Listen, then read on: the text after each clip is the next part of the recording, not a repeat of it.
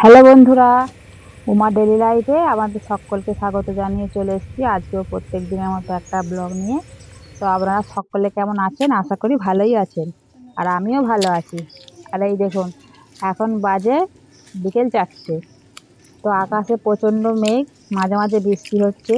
মেঘটা যা হচ্ছে, বৃষ্টিটা আসছে, আবার মানে রোদ বেরিয়ে যাচ্ছে। তো রথেতে আপনাদের দাদা কিছু গাছ কিনে নিয়ে এসেছে।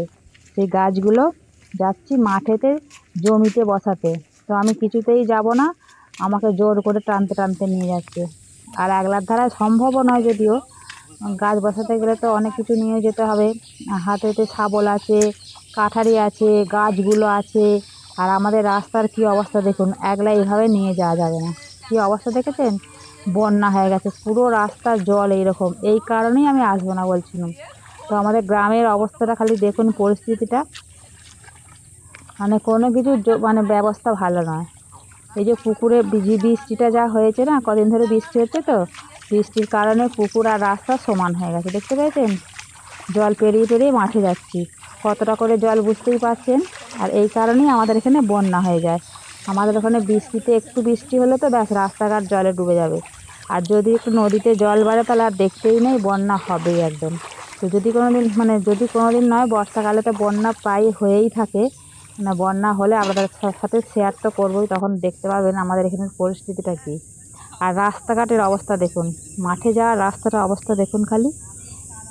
এই কাদা মারি মারি আসতে কারো ভালো লাগে? তো চলুন, উপায় নেই, কিচ্ছু করার নেই। আপনাদের দাদার জন্য আমাকে আসতেই হলো, কিন্তু ও একলা এগুলো পারবে না নিয়ে আসতে এই কাদার মধ্যে দিয়ে। তো আসতেই হবে। আর এই গাছগুলো বর্ষাতে না বসালে গাছগুলো ধরবে না, গরমের সময় যে বসাবো গাছ মরে যাবে। তো এই কারণেই বর্ষাতে বসাতে হবে। আর গাছগুলো হচ্ছে যে রথেতে গাছ বিক্রি হয়, আমাদের এখানে রথের মেলায় গাছ বিক্রি হয়, তো ওখান থেকে কিনে নিয়ে এসছে। আর এই দেখুন, দেখতে পেয়েছেন চারিদিক জলে থই থই করছে। তো এইভাবে মাঠে যাচ্ছে আস্তে আস্তে, চলুন। আমাদের এখানের অবস্থা একদমই ভালো নয়, মানে রাস্তাঘাটের অবস্থা একদম বেকার। আর আমাদের বর্ষাকালটা তো মানে দেখতেই নেই, ওই যে বললাম জলে ডুবে যায় চারিদিক, বন্যা হয়ে যায়। পা ফেলে যেতেই পারছি না, এক্ষুনি না মানে কাঁচার খেলে হয়।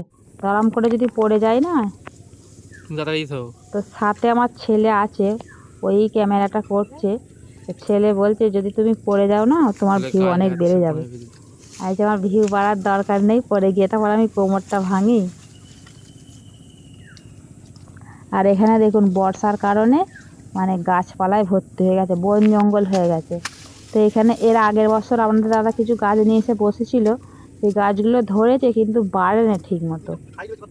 তো চলুন গাছগুলো বসিয়ে নিই।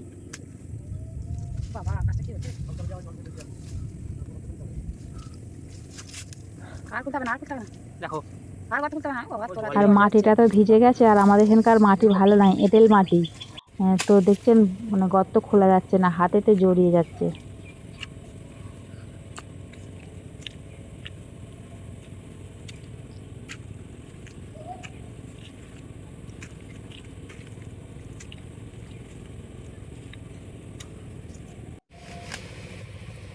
তো গাছগুলো একসাথে বাঁধা রয়েছে, আপনাদের দাদা খুলে দিচ্ছে।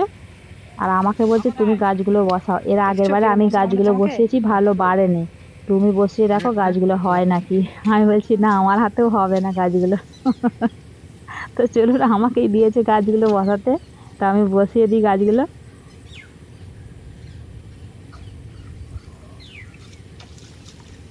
টিপে দাও, মাটিটা টিপে দাও দু হাতে করে, ভালো করে টিপো। হ্যাঁ, আরো চেপো। আয়, হুম, থাক।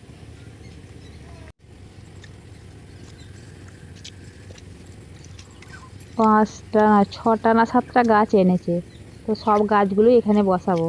তো এখানে বর্ষাকাল, তো ওই জন্য যে এই বন জঙ্গলগুলো হয়ে গেছে, মানে বর্ষাটা একটা সোজা কেটে করে গেলে বসাও। এই বনগুলো পরিষ্কার করে দিলে এখানটা আচ্ছা, সোজা ফাঁকা করে হয়ে বসাও, সোজা যাবে। করে করে বসাও। এখন গাছগুলো লাগানো থাক, বর্ষার জল পেয়ে ধরে যাবে, তারপরে বর্ষা কেটে গেলে এখানটা পরিষ্কার হয়ে যাবে। আরেকটা না, তো সব দিকে চারিয়ে চারিয়ে গাছগুলো বসিয়ে দিচ্ছি।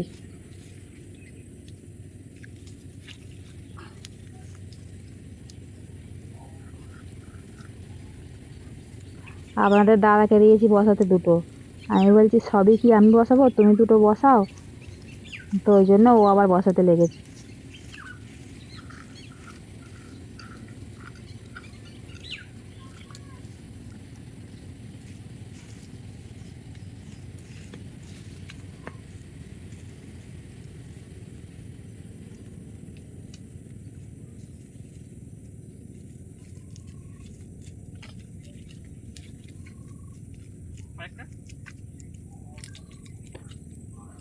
তো চলুন, গাছ বসানো হয়ে গেছে প্রায়, আর এটা হলেই হয়ে যাবে। তো আর প্রচণ্ড মেঘটা উঠেছে ওই কোণটাতে, মানে ওই পূর্ব দিকটাতে প্রচণ্ড মেঘ উঠেছে। তো আপনাদের দাদা বলছে তাড়াতাড়ি নাও, যদি বৃষ্টি এসে যায় পুরো ভিজে যাবে, এই কাদাতে ছুটতেও পারবে না, যেতেও পারবে না, আর পুরো ভিজে যাবে।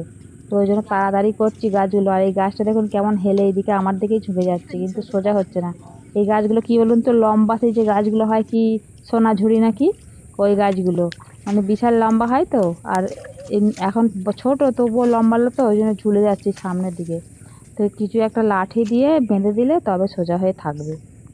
তো চলুন গাছগুলো বসিয়ে নিই। তো তাড়াতাড়ি করছি, ওই যে বললুম মেঘটা উঠেছে, বৃষ্টি আসবে এই কারণে। আর এখানে দেখুন এই যে বড় একটা খিরিস গাছ হয়েছে, এই ডালপালাগুলোকে একটু ধরে ভেঙে দিচ্ছি। কেন বলুন তো, এই ডালগুলোর জন্য এই ছোট গাছগুলো সব আওতা হয়ে যাবে। আওতা হয়ে গেলে এগুলো তো ভালো বাড়বে না, সরু হয়ে যাবে। তো এই কারণেই মানে যতটা হাত পারছি তো গাছগুলোর ডালগুলো ভেঙে দেওয়ার চেষ্টা করছি। সবাই মিলে চেষ্টা করছি। দুই ছেলেও এসেছে সঙ্গে, কেউ আসেনি প্রথমে, তারপরে সব একে একে চলে এসছে কাদা মারিয়ে মারিয়ে। তো চলুন এই ডালগুলো ভেঙে দিই, নালে বললুম এখানটা আওতা হয়ে যাবে, গাছগুলো ভালো হবে না। তো চলুন, দেখুন গাছ বসানো হয়ে গেছে, আর অবস্থা দেখুন, কাদাতে কিছু করার নেই। মানে কাদাতে তো হাঁটা যাবে না। তো বুঝতেই পারছেন কাদাতে হাঁটতে গেলে কি অবস্থাটা হয়। তো মাঠ থেকে চলে এসেছি কাদা মারিয়ে মারিয়ে। তো এখানে এসে এই যে পুকুরে হাত পাটা ধুয়ে নিচ্ছি। আর পুকুরটার অবস্থা দেখুন, গোটা পুকুর একদম থই থই করছে জল।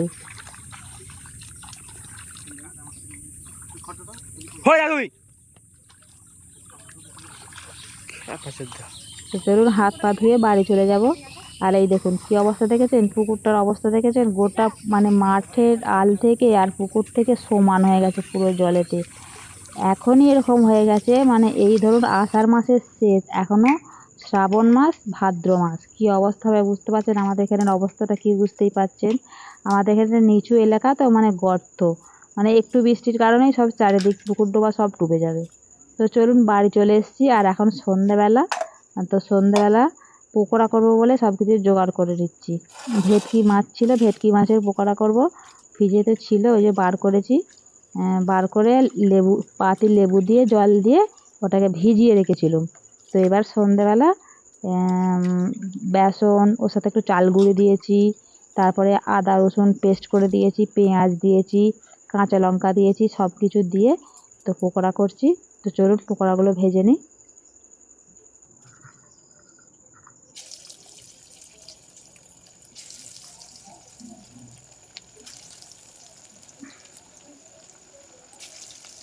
মাঠ থেকে এসে চা করেছি, আপনাদের দাদা বললো চা করো।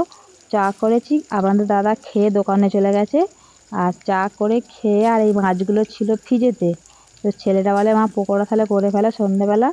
আর বৃষ্টির দিনে একটু আধটু এসব জিনিস তো হলে সবারই ভালো লাগে, বলুন শুধু ছেলে পুলে কেন, সবারই ভালো লাগে। তো বসে বসেই দেখুন পকোড়া ভাজতে লেগেছি। আর আজকে রান্না কিছু করব না, ওবলাকার ভাত আছে, তো ওই ভাতগুলোই হবে। আর রান্না করবো না, এই যে পকোড়া ভাজছি এগুলো একটু আধটু খাবো, খেলে আর আর ভাত খেতে ইচ্ছাও করবে না অতটা। তো অল্প ভাত আছে, ওই দিয়েই সবাইয়ের হয়ে যাবে। আলু সেদ্ধ করব, আর যদি ডিম খায় ভাজবো, ব্যাস এইটুকুই। তো চলুন পকোড়াগুলো এক এক করে ভেজে নিই। পকোড়া ভাজা হয়ে গেলে আবার আপনাদের দাদাকে দিয়ে আসতে হবে গরম গরম, মানে পকোড়া একটু গরম গরমই খেতে ভালো। তো চলুন,